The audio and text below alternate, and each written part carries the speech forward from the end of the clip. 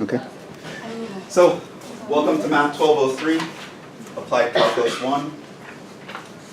So what we're going to do is we're going to talk about the class, how it's going to work, what the rules are, what we'll be covering, that sort of thing. And then I'll take questions at the end. I'll be posting lecture recordings online, and I'll give you guys a link at some later point. If I get all the kinks worked out today. We've been having technical issues, hopefully I fix them. But yeah, so I'm actually teaching two sections of this class. I just finished one like 15 minutes before this one. And so now I'm here. My name is Jhevon Smith. I'll be the instructor. You can call me Jhevon, that's fine. My email is jsmith306@fordham.edu. That's correct. I am the 306th J. Smith.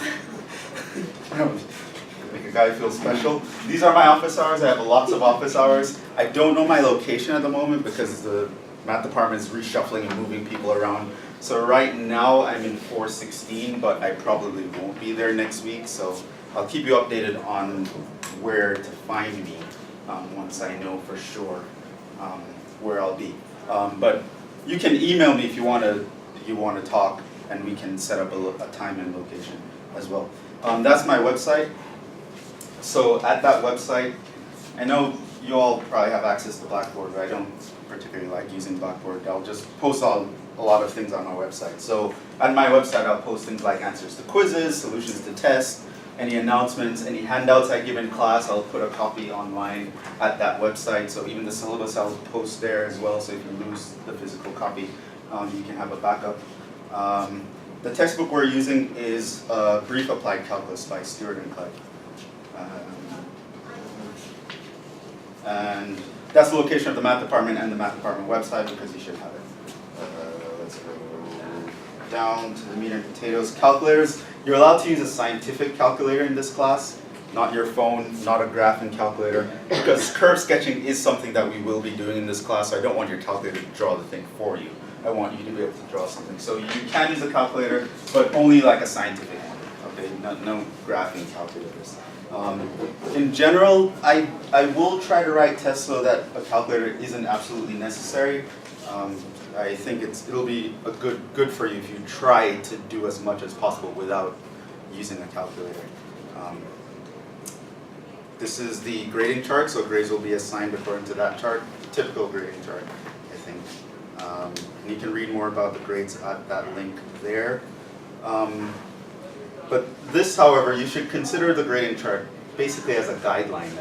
I will be sort of grading on a curve, and I'll take improvement into account. So understand that, after a long Christmas break, or maybe if you took off last semester, you might forget a lot, and so it might be rocky starting off. Your first couple quizzes might be horrible, or your first test might be bad. But okay, if I see you making that up, I see you coming to my office hours, I see you going to the math help room, if I see you actually making an effort to improve, then I'll grade you based on the totality of your experience here. So, but otherwise, that grade chart is just there for that's the default, right? If you don't make any improvements, if I don't see you, you show up late all the time, you don't come to class, or you don't see me in office hours, then I'm like, okay, whatever this chart says, I'm going to give you that grade and just not think about it.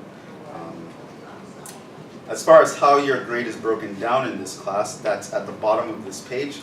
So quizzes, right? That's worth 20% of your grade. There will be a lot of quizzes. Every week you'll have a quiz, okay? So it's not a pop quiz, you should expect one. You know one's coming every week. In the past, I always had students say, oh, Jhevon, he gives pop. I don't give pop quizzes. It's not a surprise. You know it's coming. Every Tuesday, expect a quiz, okay? It's usually going to be short, like 1 page, half a page, but it'll be like 10 minutes, 15 minutes long. But yeah, I want to make sure that you are following along with the class and everyone's kind of on the same page. And for you to know as well what you understand from what you don't understand. So yeah, every week there's going to be a quiz, okay? And those will all be 20%. There's also written homework. Now, the written homework, if you go to the second to last page, or third to last page, you see the list of topics that we're going to cover. So this is the curriculum, the syllabus for the class. So you know what we'll be covering throughout the class. And your homework problems are here. So they're from the textbook, you'll just be reading the textbook. So if you're getting the textbook, you don't have to buy like online access codes or anything like that. You don't need the e-text. If you can get access to the physical text and read off the problems, those are what you should be doing. How homework will work is it's due on a rolling basis. So basically, whenever I finish a topic in class, the homework for that section is due the next class. That's kind of how it's going to go. So if I did functions and their representation, section 1.1, and I complete that in class, you need to do this list of problems and hand them in to me by our next class, which is Friday. We're Tuesday and Friday, right? We teach like 4 classes back to back, so I need to remember. Some are Tuesday, Wednesday, Friday, some are Tuesday and Friday, okay. So our next class will be Friday. So if today I completed section 1.1, you need to hand in the homework for section 1.1 on Friday. Okay, and so that's how homework is going to work. So there is no set due date, it's just whatever the homework is going to follow what we're doing in the class. The exams also don't have set dates. Because really I want the freedom to be able to slow down or speed up based on how the class is going, which is why your feedback is going to be important. We'll talk about that later. But the exams will happen in these positions, right? So once I finish this set of topics, exam 1 will happen afterwards. And then this set will be on exam 2, this set on exam 3, this set on exam 4. The in-class exams, except for the final, they're not cumulative, right? So exam 1 only covers these topics. Exam 2 only covers these topics, and so on, right? So you kind of know when they're coming up and what they will be covering. And again, I'll post reviews at my website, so you can look at those as well. What else to say about the exams? Right, so again, no set date, but they're relatively in these positions. So you know once I hit section 1.6 in class, you know, oh, exam 1 is coming up. You know, I should start preparing.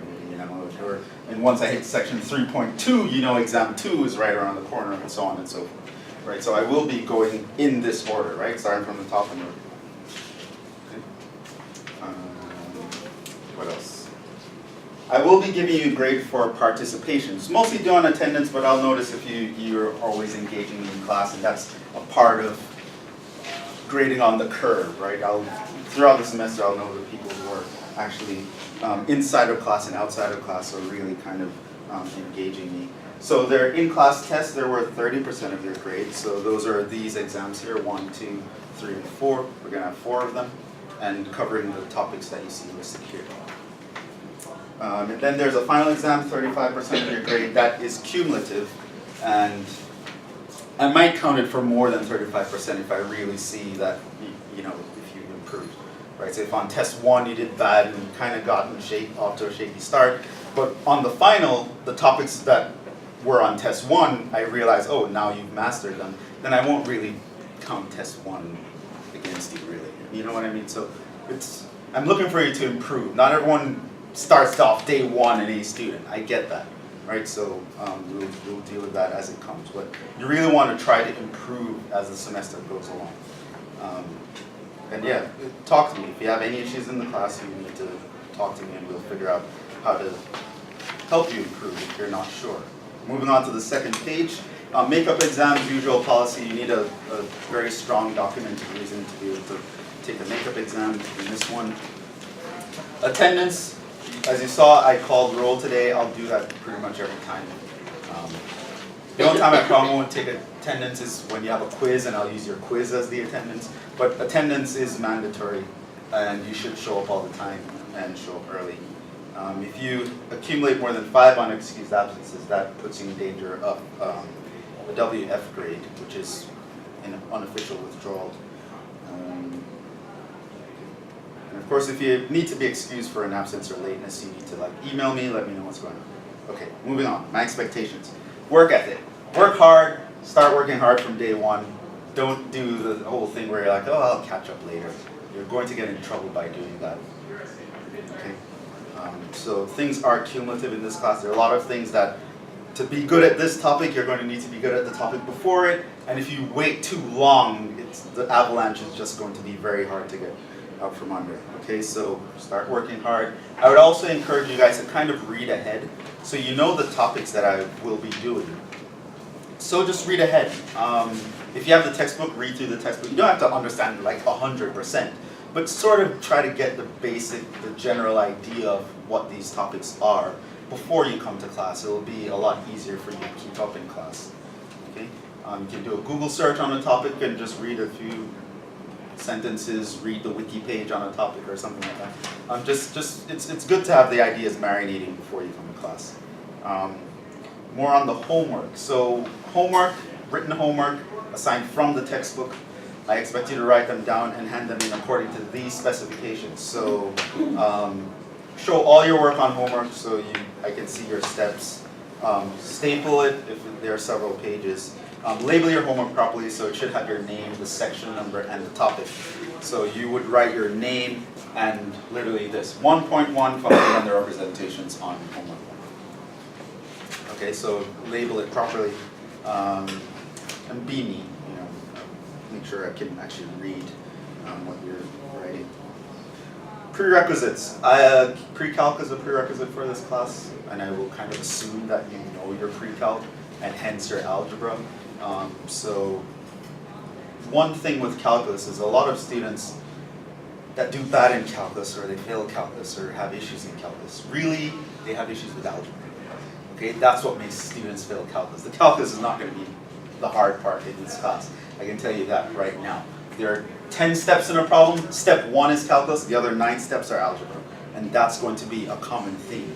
And we're not going super deep into theory, so I'm pretty much, the calculus isn't going to be the hard part. If you're struggling, odds are it's your algebra that's messing you up. And so it's very important that you're good at the prerequisites, okay? So I'd expect you to know things like being able to sketch curves is going to be important, like naively sketch a curve, like know what the graph of x squared looks like, know what x cubed looks like, know what absolute value of x looks like, know how to draw a straight line, things like that. Be able to solve equations, all sorts of equations like quadratic equations, for example, or any kind of polynomial equation where you should know to factor and set one side equal to 0 and set each part equal to 0, that sort of stuff. Solving equations, solving inequalities when you're finding domains and things like that are going to be important as well. And in general, just have good algebra skills, be able to manipulate things and simplify things and factor things, things like that, right? So I'm going to expect you to know all that stuff.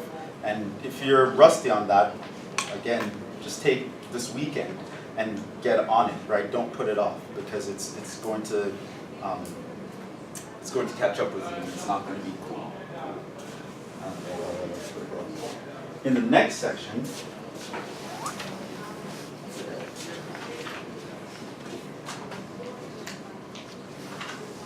it's entitled Blasphemies. These are mistakes that are unforgivable starting from now on. So there are certain things that you should never do in this class or anywhere ever in your life. And these are them. And I will punish you very heavily for doing these things. Don't do these ever.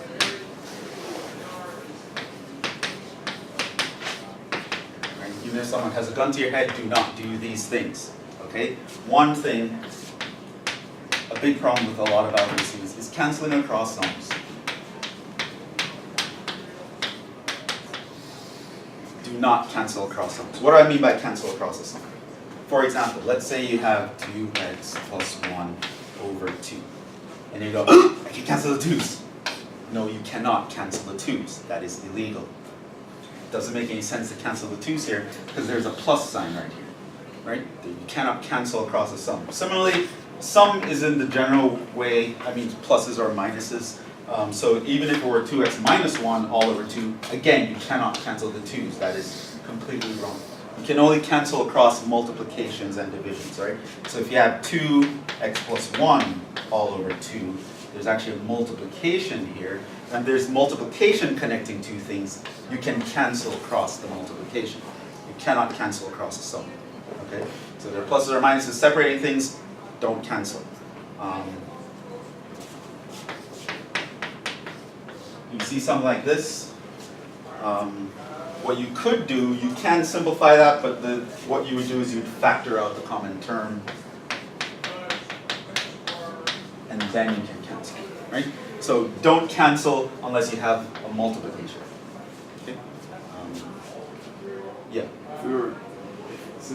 if you were to factor out, just a question. Yeah. You want us to show every step, so instead of taking the 2 right out of that first part, you want us to factor out the 2 and then divide by 2? Could I just jump right to the answer or not? If you go from here to here, Yeah. as the next step, I'd be fine with that. Okay. But you should know. But definitely, if you went from here, and you did this, and then you got that, then no. Okay. I don't avoid the knee-jerk reaction. There are a lot of times, and a lot of these mistakes, why I'm bringing them to the forefront is sometimes students know better, but when you're in a test and you're under pressure, you see things and you kind of do them. I want this to be in front of your mind. You do not do these things. You do not cancel cross-sums. Another common mistake I've seen with algebra students and calculus students is they distributing powers across sums. You cannot. Distributing powers across sums. What do I mean by that? For example, let's say you had x plus 2 all squared, and you're like, oh, that's just x squared plus 4. That is not x squared plus 4, right? You cannot just take that square and put it on the x and put it on the 2. Right? That's not how powers work. Okay? What is x plus 2 all squared? X plus 2 times x plus 2. It's x plus 2 times x plus 2. Sure. What, can you simplify that for me? X squared plus 4 x squared. X squared plus 4x plus 4. Okay? So you should realize that this really means that, and you'd have to multiply out. Another thing is just, at this point, you should just know a formula for something like this, right? So like a squared plus 2ab plus b squared, right? It shows up often enough for you to just know a quick formula to write it down.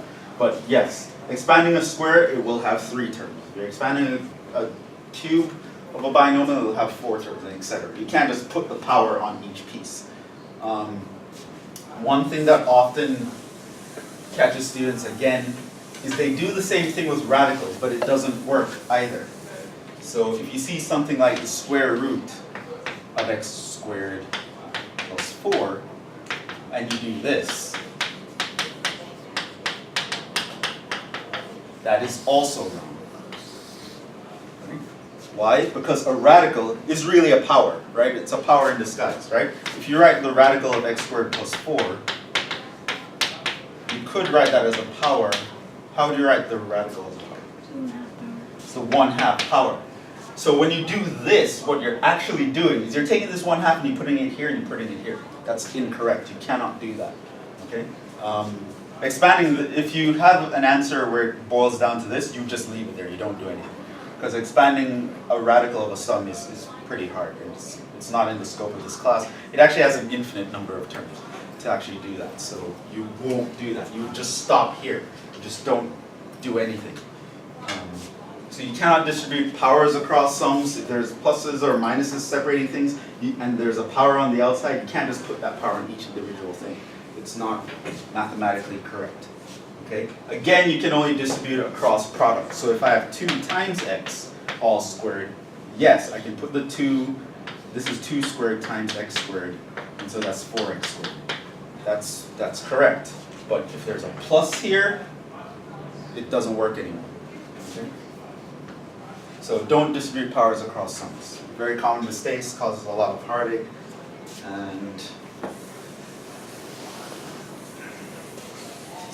separates families, kills puppies, does all sorts of bad things when you do that. Unicorns die. Divide by 0, don't divide by 0.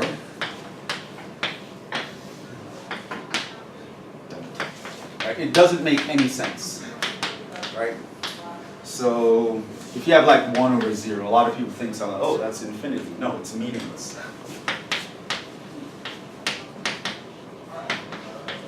Right, so if you get to a point here and you see 1 over 0 and you're like, oh, the answer is infinity, or oh, the answer is 0, you're automatically wrong. You can't divide by 0. If you get to this point, it means something's wrong. Either you made a mistake, or the problem you're trying to solve does not have an answer, and the correct answer is no solution, because I'd end up dividing by 0. Right, so you write no solution.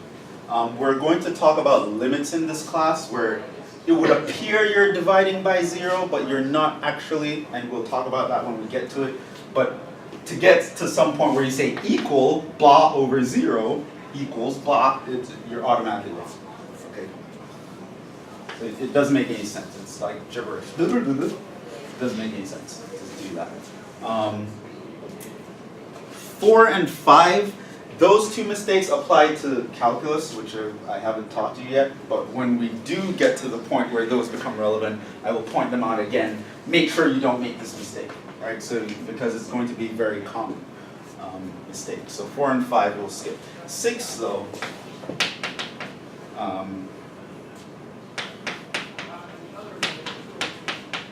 don't neglect using parentheses.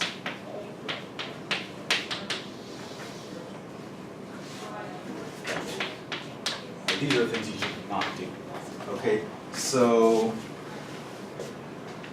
usually, mainly the things that you'd want to see here is subtracting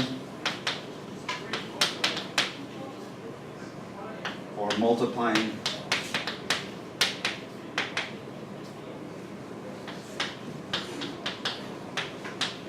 Put parentheses around the second term. There are other cases where you might need parentheses, but this is the one that shows up most often. So let's actually do an example where you can see what I'm talking about.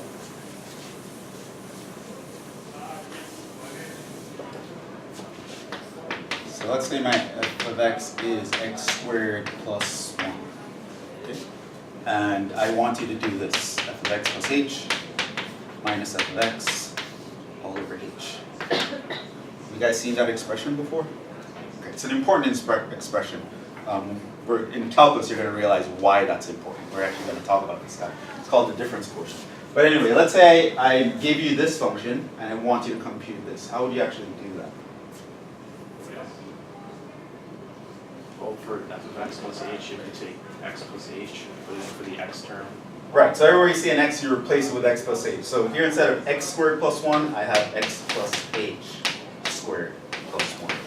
Right? And then And then take f of x, which you have, and subtract. We can take all of f of x, so parentheses minus. So parentheses is important here. Right, so that's an example of what I mean when you're subtracting. Right, so when you put this x squared plus 1 and you're subtracting it, it needs to be in parentheses. So parentheses. Right? Because the negative sign, you're not subtracting just the x squared, you're subtracting each term. The negative sign will distribute. The distributive law will apply. So you need to remember to put the parentheses there so you know that any negative signs will apply. Right? To all the terms on the inside. Right? So don't forget to put the parentheses. I know a lot of students, they don't write them, but then they tell themselves, oh yeah, in my head I know that I'm supposed to do it. No. If you're doing a very long problem, by the time you're down here in step 9, you're not going to remember in step 1 that, oh yeah, I have this imaginary parentheses there. You're not going to remember, right? I've seen a lot of students make mistakes like that. Even though they claim to know better, just don't do it. Don't create that bad habit. Just take the extra 0.2 seconds and write the parentheses in, okay? Even if you're subtracting one term, like 2 minus 1, you can put that in parentheses. Right? Like overusing them, you won't get into trouble, but not using them when you should, you can get into a lot of trouble. Okay? And don't do this thing where you think that, oh yeah, I know in my head that I'm doing this, right? Not only with parentheses, but with anything. Write it down, okay? Because you'll be surprised what things slip out of your mind when you're under pressure. Okay, so do the parentheses. Or if we have something like f of x equals x squared plus 1, and we have another function g of x equals 2x plus 3, and I say, what is f of x times g of x? Okay, then in that case, you would also x squared plus 1, 2x plus 3. And these guys, they're important to write, all of them, especially the one in the back and the one in the front. Parentheses.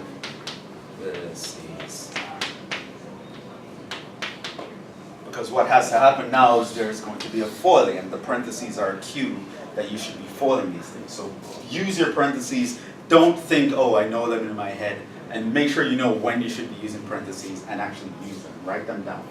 Be pedantic about this because you end up losing points for like no reason. Okay? So use parentheses. You're going to want to do that.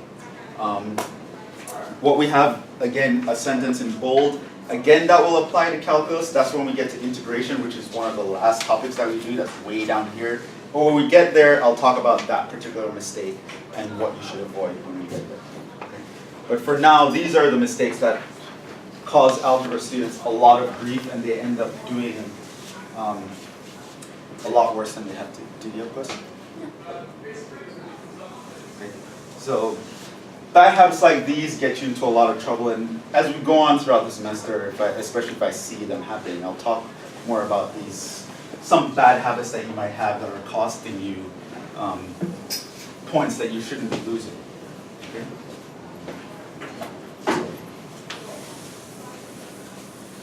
Other than that, let's move on for now. And the next section of the syllabus talks about contact. So I will be contacting you from time to time at the email that you have listed on Blackboard. That's your college email. You also might receive important emails and notices from the college itself, so you should be checking your college email regularly. It's okay, you can put it on your phone so you'll get the notification anyway, but keep doing that. So as I mentioned, I don't particularly like using Blackboard, so I use my own online homework grading system thing. So I'll also send you a link so that you can see your report card. So that's another reason why it's important. Or if I have any announcements, I'll email you and let you know what's up. So do expect me to be emailing you about the class and always be checking your email. The next thing, feedback. Highly encourage feedback, both in class and out of class. So when I'm here teaching, I'm going to be asking you guys, I highly encourage you to actually say to me what you're thinking.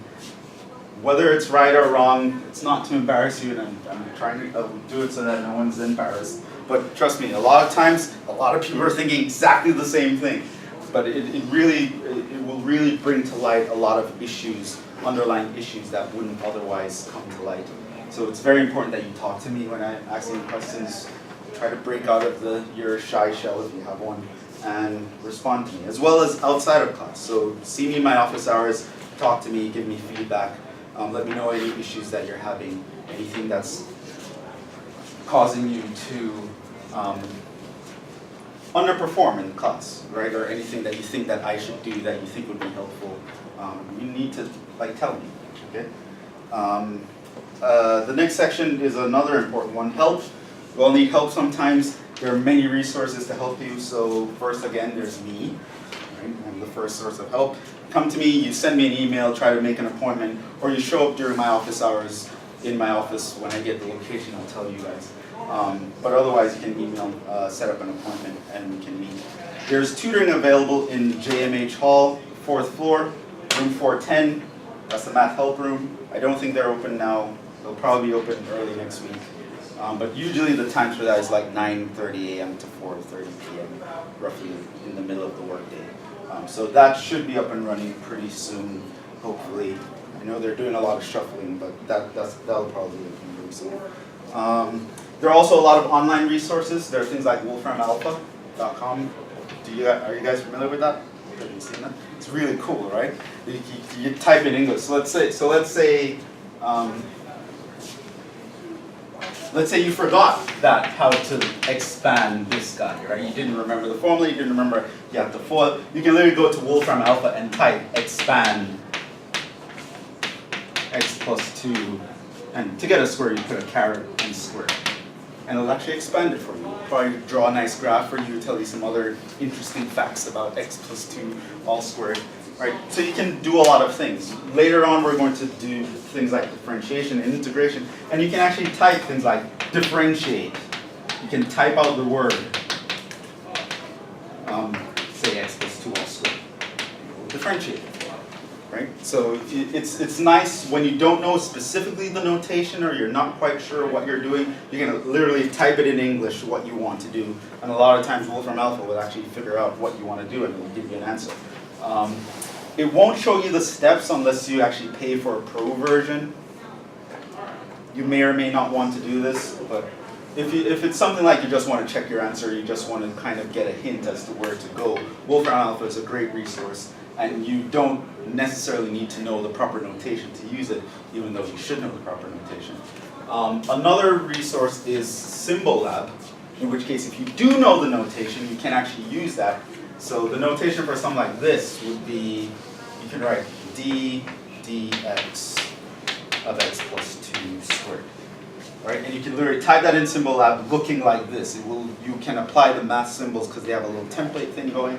And this one, it will actually do it for you and it will actually show you the steps. Right? And you don't have to subscribe or pay for it. It automatically shows you the steps to work out a problem. So Symbol Lab is also nice. But that one, you'd have to know the notation that you'd want to use. It won't understand if you type things out in English and ask it to do something. Other things, YouTube, tons of math videos there. Khan Academy, if you're into that sort of thing. Paul's Online Math Notes is a great resource. I used to use that when I was an undergraduate. Yeah, tons of things. Just go into Google, type in a topic. You'll have tons of links there. You have a lot of information. Google is your friend. You can figure out a lot of stuff just by looking things up.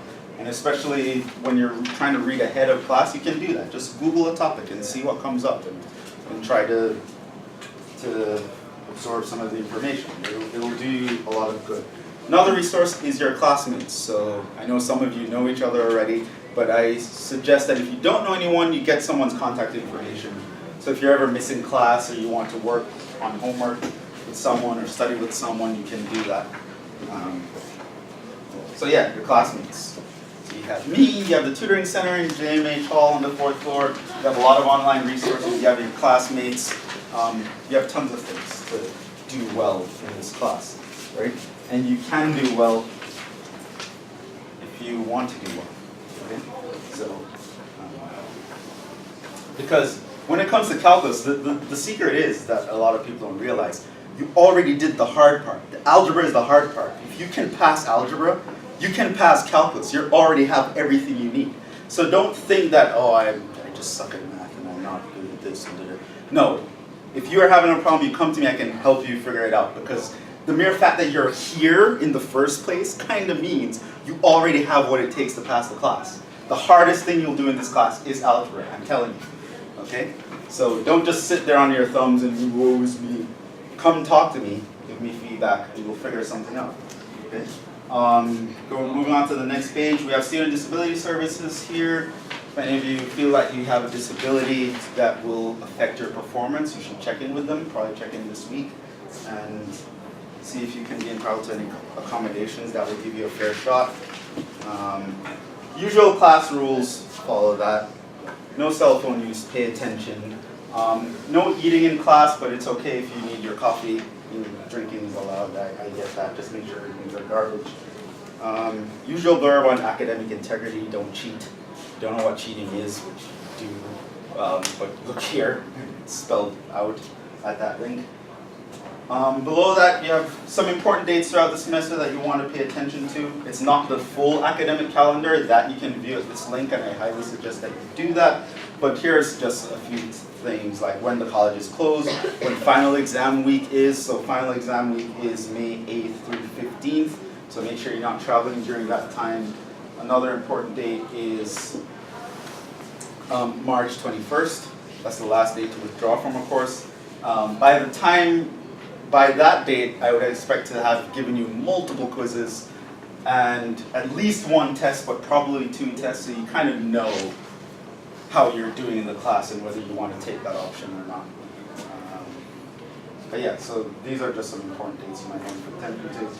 This is the topic list. I think we went over that already. And yeah, the last page is just for me to get like a math demographic of the class, so I'd like you to fill this questionnaire out. And then once you do it, just attach it, and you're going to hand it back to me when you're done. Just want to see what the experience the experience levels that I'm dealing with here, what your majors are, what you want to do, might sway the examples I do in class or what I emphasize when I do. And while you're filling those out, if you have any questions for me, any concerns, comments, now's the time to ask them.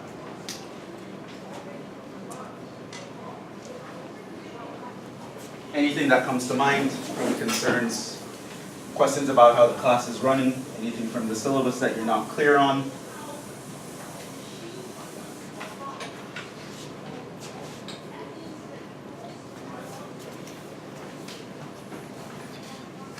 Okay, so we're still going. Yeah, I think what the problem was that was having in the other class was the SD card. I changed the SD card and then now it's working fine.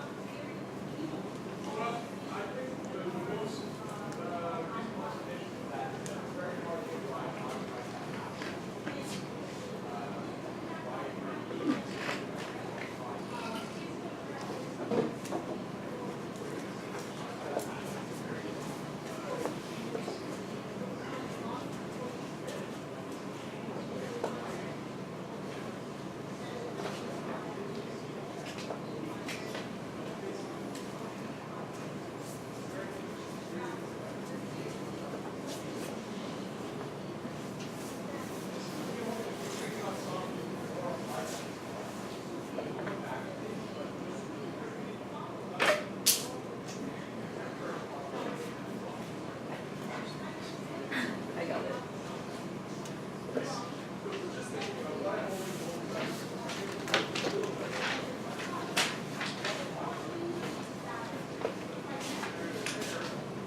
Just hold on to it, I'll collect them at the end of class.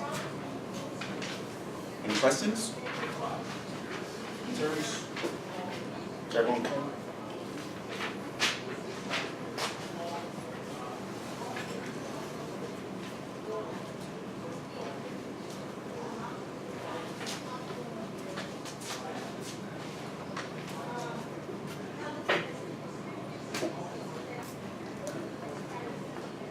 So I'll just give you a couple minutes to wrap up with that and then we'll move on.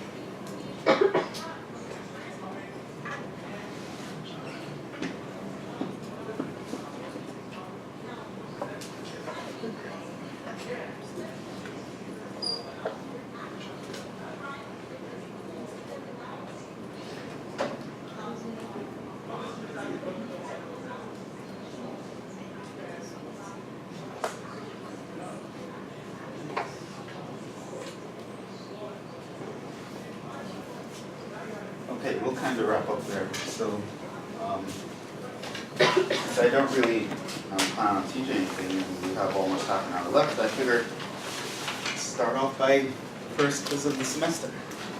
Is this You guys can seriously put good your work? What? Just like seriously graded. It's like very seriously. Very like this. No smiling. Seriously. Count for the Huh? final grade. That's a better way to put it. Sorry. Does it matter? I mean, I have feelings about that. Oh, did you put them on the questionnaire? How do you feel about like pens and pencils? I don't particularly care. I think pencils are better, but I don't force people to use them. So okay. So have fun. You have until the end of class.